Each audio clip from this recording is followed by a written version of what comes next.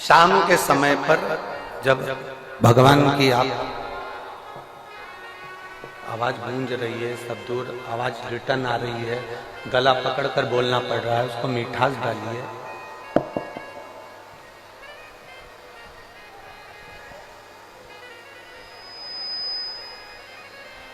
पशुपति व्रत के अंतर्गत शाम के समय पर भगवान की आरती उतारने के लिए दिया नहीं जाता। केवल कपूर का एक टुकड़ा, केवल एक कपूर का टुकड़ा आप लेकर चले जाओ, और वो भी शिव महापुराण की कथा कहती है, भगवान शंकर का चरित्र कहता है, शिव पुराण कहती है। अगर आपका मन कर रहा है आरती उतारने का तो लेकर जाओ, नहीं तो यहां तक शिव महापुराण के अंतर्गत वर्णन किया है पशुपति व्रत का कि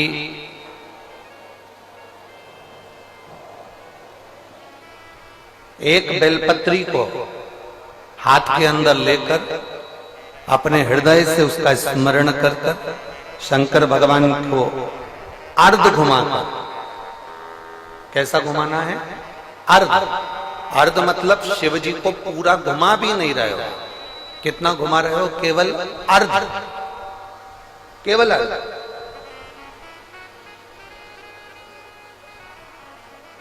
शिव जी को केवल अर्ध घुमाकर आप अगर अपने हृदय से शंकर भगवान को वो बेलपत्र समर्पित करते हो तो शिव उसको आरती के स्वरूप में स्वीकार कर लेता है। यहां तक शिव पुराण कहते हैं।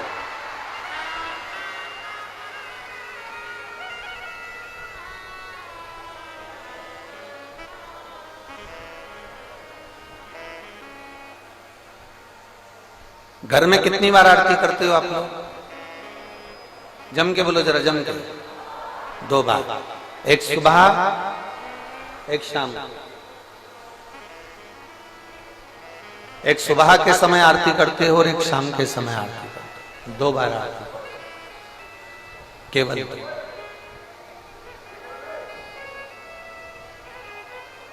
अब 2 बार आरती करने में आप भगवान शंकर को, भगवान गणेश जी को, माता पार्वती जी को, दुर्गा भवानी को, भगवान शालिग्राम जी को, भगवान लड्डू गोपाल जी को, तुम्हारे घर में जिस जगह पर तुम भगवान की आरती करते हो उस जगह पर सारे देवता विराजमान हैं। किसी किसी का घर ऐसा होगा जहां पर सब देवता नहीं होंगे, फिर भी 2-4 तो होंगे।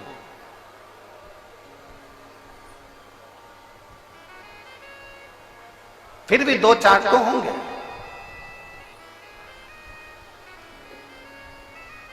जिस घर के अंदर सारे देवता विराजमान हैं, सभी देवी देवता जिसके घर के अंदर विराजमान हैं, आप प्रयास करा कर, प्रयास करना।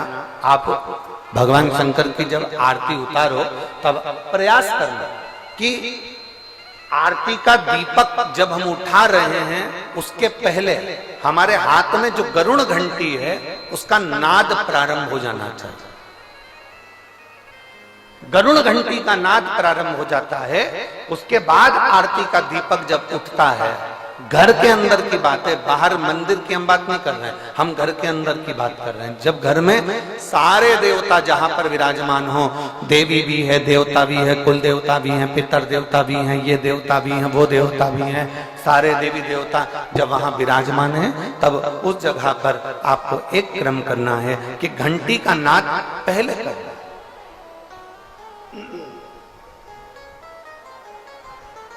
कारण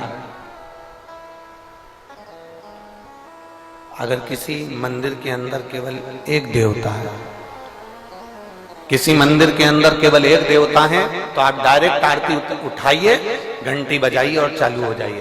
पर घर के अंदर अगर सारे देवता विराजमान हैं, गणेश जी बैठे हैं, देवी जी बैठी है, पितृदेव बैठे हैं, गरुण देव बैठे हैं, वरुण देव बैठे हैं, सारे देवता देवी देवता उस मंदिर के अंदर बैठे हैं, तो आपको पहले गरुड़ की घंटी का नाद करना चाहिए। उसका कारण ये होता है कि जितने देवी देवता हैं, घंटी की आवाज सुनते से ही उन देवताओं की दृष्टि हमारे ऊपर पड़ जाती है, और हम जब दीप उठाते हैं, आरती निहारना प्रारंभ करते हैं, तो देवता हमको वर प्रदान करना प्रारंभ कर देते हैं।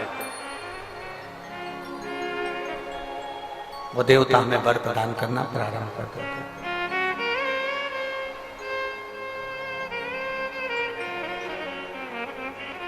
शिव कथा कर रहे हैं, भगवान शंकर का चरित्र करा, भगवान शंकर का संवाद करा, शिव महापुराण का चरित्र करा।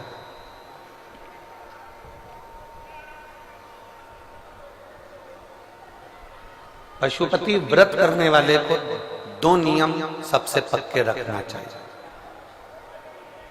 अगर आप लोगों ने व्रत किया है तो उसके फल के लिए आपको ये कर्म करना पड़ेगा। एक महिला ने पत्र लिखा है,